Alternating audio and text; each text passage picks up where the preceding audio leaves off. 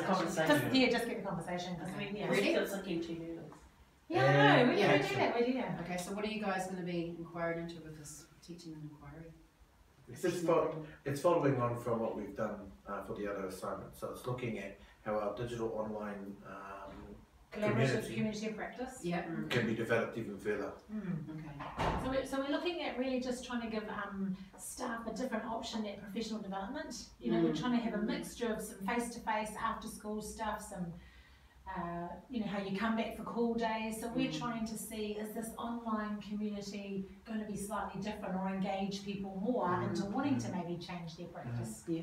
I just want to find out, I guess, whether it's the be-all and end-all of maybe trying to get our teachers engaged with other schools, you know, through online, or is it that face-to-face? When we think of the principles of kaupapa Māori, you know, that kanohi, me te kanohi is really important for people, not just mine, but I think it's important for all people.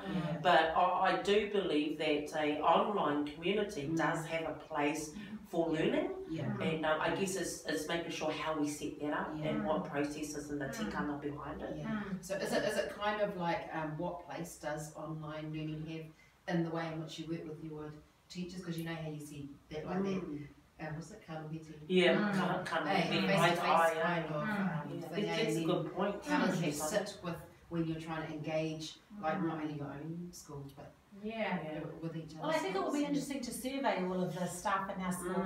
Firstly, maybe to see what they think that or how they think they learn best. Do they learn best by having staff meetings every week? Would they prefer, you know, staff meetings 3 times a term face to face, and then a couple of opportunities to do this online? Because then they can do it like you were saying, Rosina, they can do it in their own time, you know. You might want to leave school early on a Monday and like you said, cook dinner and then sit down after dinner and then engage in a discussion online between our 3 schools, which is what we're trying to do. So you're thinking one of the ways you might find out is to do a survey with your staff? I think it's probably one of the easiest way to measure it is just how many of our staff across the 3 schools are actually going on themselves, you know, and I'm sure there's some kind of app we can actually see who's actually jumping on, how long are they going on for, whether it's a blog type situation or, you know, so so can you like some baseline data? just to see if it's working and if, without being told to go on, you know, like when we go to have webinars where there's a certain time for certain length of time, you know, day and period. Just be interesting to see if our teachers actually will take on, especially if they're still in that traditional type style of teaching and learning too. The discussion we were also was talking about incorporating it into our culture counts. So that would be the main topic. So we'd have, like say for example, Rowendale, what we do at the moment is we've got incorporated into our appraisal, we've got a culture counts goal, and the teachers had to put one of those in place for term 1. Now they're evaluating it.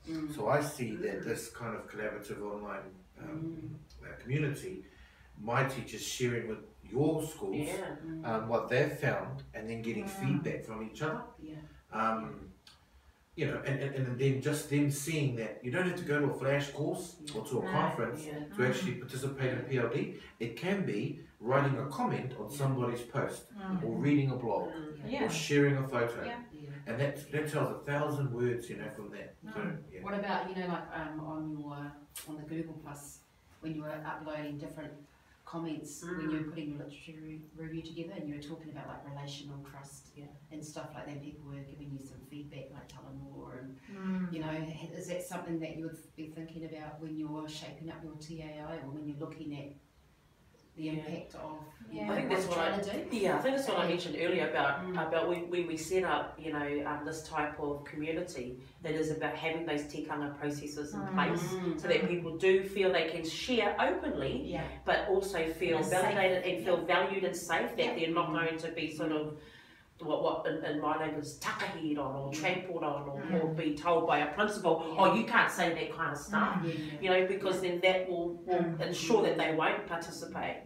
So it is all about bringing in that kaupapa Māori principles of whanangatanga and ata, you know, ako into the process, so everyone feels that, oh, it's not just for principals, it's not just for deputy principals, that even a teacher aide can come in and have a voice, you know, and share that. But it's making sure that we also respect each other.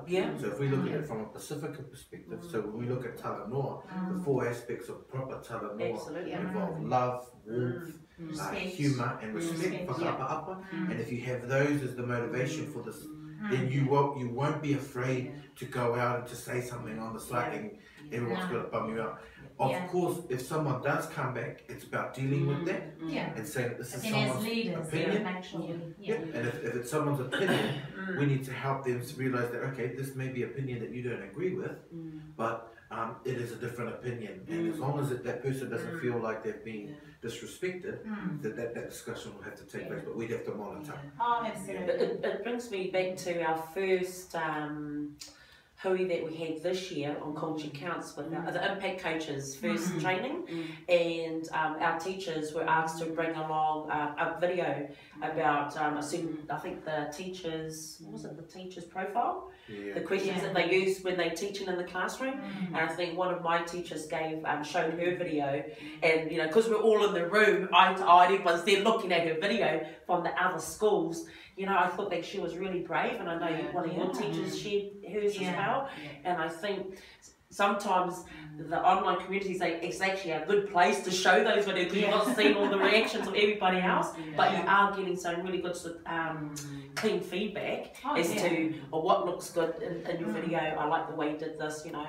So that's what I like about the online platforms, that you know, you sort of don't feel a bit whakamau when there's 20 people in the room looking at your video from other schools, but when it's online like that, you sort of feel a bit like, oh, they can't see me, you know. It might be a generational thing, you know, when people give feedback online. It could be. You know, like, I think that's an important thing to you know, like for, say, it's kind of like, what's the word for it? Like rules of engagement. So, say for example, like if I was to, our communication was we're sitting here, we're talking with each other, and then I would be respectful about it and be mindful of how I'm going to say it, depending on the person's status or you know, where they fit in the dynamics of things. Whereas online, like some of our young ones would just be like, sweet, I can just, you know, I can just freely, you know, they're not restricted because they are used to that kind of online thing. Well, it's not a hierarchy thing, eh? Like, you know, I've got to respect, you know, this is not about respect, but I can still say what I need to say to get my point across. As long as the students are in the middle of the focus and our goals, our outcomes, all of those things are taken into account, then you won't be having anybody saying things. And as long as we set the protocols really, because we'll still have the face-to-face to make sure we set those protocols and set the, you know, but then you're right, Carl, it's also about making sure it's someone's opinion. So, you know, it's not put there to hurt your feelings, so just think about it as an opinion and what it means for our children. But that's that relational trust, and because that's kind of like, you know, as leaders, thinking about, now, if we have, say, some kind of online dialogue or whatever, that's kind of not, you know, that becomes sort of like personal, or it's not really do you know, if someone takes it in the wrong way or misinterprets it or whatever, and that starts to impact, how are we going to, you know. But I think you could get that same thing in a face-to-face meeting. Oh, you do. So, you know, you get the same thing in a face-to-face meeting. I guess the only difference is this forum is going to be a little bit bigger because we're bringing in... But then on the spot you notice, or you hope that the leader can pick up. Yeah, I think that's going to be But sometimes there are things that go on and then you think, good point. That comment like a month ago has actually been, you know, there's been all this undercurrent stuff. That's got to be alright. But these are good food for thought for us. I guess it's sort of going into it and going, we think this is a good idea, but what might be some of the... these could be some... What are the risk factors to what we're trying to do that might undermine what we're trying to establish with our community of practice. And also coming to agreement that these are the topics we will discuss, so we can control that. And we can say, well, we're looking at these first. So if you've got things to input, please. If you've got time to read, log in, leave comments. But I think the nice thing about Culture Counts is it talks about the agentic and not the deficit. So we would set up the protocols around those, you know, those two key words too, I think. Because I mean, we always talk about staff, you know, you be agentic with your children, it's the same as online. It's about being agentic, not being deficit, you know. So but that's good for us to think about when we think about setting it up. So we'll It's have to managing think it carefully sort of, about yeah. creating those sets of protocols so that people do feel like, because we want to make sure people are engaging, eh? Yeah, Not just- that's right. Not just watching a conversation and not feeling like I can contribute, but yeah, So how do we make that so we platform agree so it's... to the inquiry, so we kind of agree, we're trying to look at the Yeah, well, we impacts of discussed this. some good points and some good questions to keep reflecting on Yeah. about how it could, you know, Yeah. which direction it could take.